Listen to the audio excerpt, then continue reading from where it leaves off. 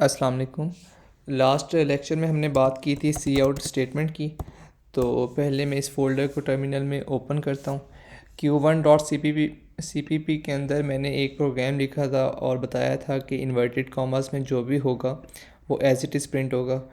q2 के अंदर मैंने एंड स्टेटमेंट को एक्सप्लेन किया था और मैंने आपको बताया था कि हम एंडल यूज़ करते हैं जब हमने नेक्स्ट लाइन पे मूव करना होता है, ठीक है। और q3.cpp बेसिकली सोल्यूशन है एक्सरसाइज के क्वेश्चन नंबर 1 का।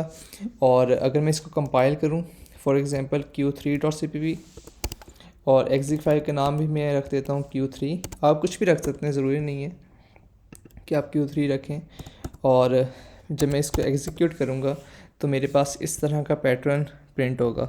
सो बेसिकली मैंने मल्टीपल सी आउट स्टेटमेंट्स का इस्तेमाल किया अलॉन्ग विद एंडल, ताकि मैं मल्टीपल सी आउट स्टेटमेंट के ज़रिए इस आउटपुट को अचीव कर सकूं। आई think it's very easy. q4.cpp basically solution है क्वेश्चन नंबर 2 का जो एक्सरसाइज में गिवन था। इसमें भी मल्टीपल सी आउट स्टेटमेंट्स का इस्तेमाल हुआ है, लेकिन डिफरेंस ये है कि यहाँ पे स्पेसेस हैं। तो स्पेसेस क्योंकि इन्वर्टेड कॉमर्स के अंदर है, so that's why spaces as it is print हो जाएंगी, ठीक है। तो I think let me clear the terminal and execute again. तो जो सारी स्पेसेस हैं इन्वर्टेड कॉमर्स में होने की वजह से एज इट इज़ प्रिंट हुई हैं। एनीवेज, ये तो हमारा पुराना कंसेप्ट था। आज हम बात करेंगे एस्केप सीक्वेंस की।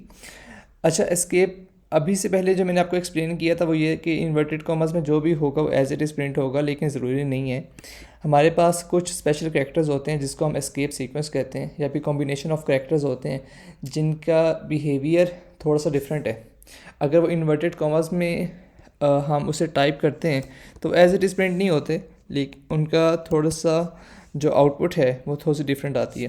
फॉर एग्ज़ाम्पल, अगर मैं Q5 को एग्जीक्यूट करूँ, Q5 को मैं एग्जीक्यूट करूँ, लेट मी एग्जीक्यूट, तो आउटपुट मेरे पास वही आई है जो Q4 की थी। लेकिन डिफरेंस ये है कि Q4.cpp में मैंने एंडल स्टेटमेंट का इस्तेमाल किया था और इसे टेक्स्ट से सेपरेट करने के लिए मैंने इंसर्शन ऑपरेटर यूज़ किया था, राइट।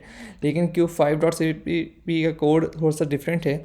उससे पहले मैं आपको एक दफ़ा ये बता दूँ कि ये लाइन्स में क्या लिखा हुआ है। एस्केप सीक्वेंस बेसिकली हमारे पास C++ के वो स्पेशल कैरेक्टर्स हैं जो एक इन्वर्टेड कॉमर्स में ही यूज़ होंगे, लेकिन इनका बिहेवियर थोड़ा सा डिफरेंट होगा और हम इसे यूज़ करते हैं बैकस्लैश के साथ। और हमने जो आज के लेक्चर में अंडरस्टैंड करना है वो है बैकस्लैश n और बैकस्लैश t, ठीक है। इनका बिहेवियर को अंडरस्टैंड करेंगे, लेकिन उससे पहले ये मैं आपको एक्सप्लेन कर दूँ कि जो ये कुछ लाइन्स लिखी हुई हैं इसको बेसिकली हम कमेंट्स कहते हैं। कमेंट्स बेसिकली एक आप कह सकते हैं कि नॉन एग्जीक्यूटेबल कोड है जो कंपाइलर एग्जीक्यूट नहीं करता, इवन कंपाइल भी नहीं करता, ठीक है। और इसका बेनिफिट ये है टीम वर्क। फॉर एग्ज़ाम्पल, अगर एक ही प्रोजेक्ट में हम 2 डेवलपर्स काम कर रहे हैं तो मेरा कोड आपको समझ में आना चाहिए और आपका कोड मुझे समझ में आना चाहिए, ठीक है। उसके लिए ज़रूरी है कि हम अपने अपने काम को डॉक्यूमेंट करें। तो हम वहाँ पर कमेंट्स ऐड करते हैं और हर कमेंट से पहले डबल बैकस्लैश फॉरवर्ड स्लैश हम यूज़ करेंगे टू कमेंट द लाइन, ठीक है। एनीवेज, तो आज के लेक्चर में आप ये देखें कि हमने जो काम एंडल से अचीव किया था Q4 में, अब मैंने बैकस्लैश n यूज़ किए when I have to move to the next line. So let me clear the terminal first, execute it again. तो 5 स्टैटिक प्रिंट हुए हैं, फिर नेक्स्ट लाइन, और फिर 4 स्टैटिक्स प्रिंट हुए हैं, फिर नेक्स्ट लाइन, फिर 3 statics and next line and so on.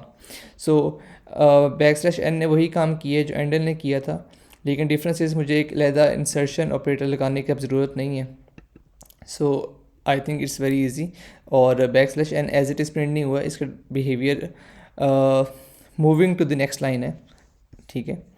और इसी तरह हम एक बैकस्लैश t यूज़ करते हैं, ठीक है, फॉर टैब।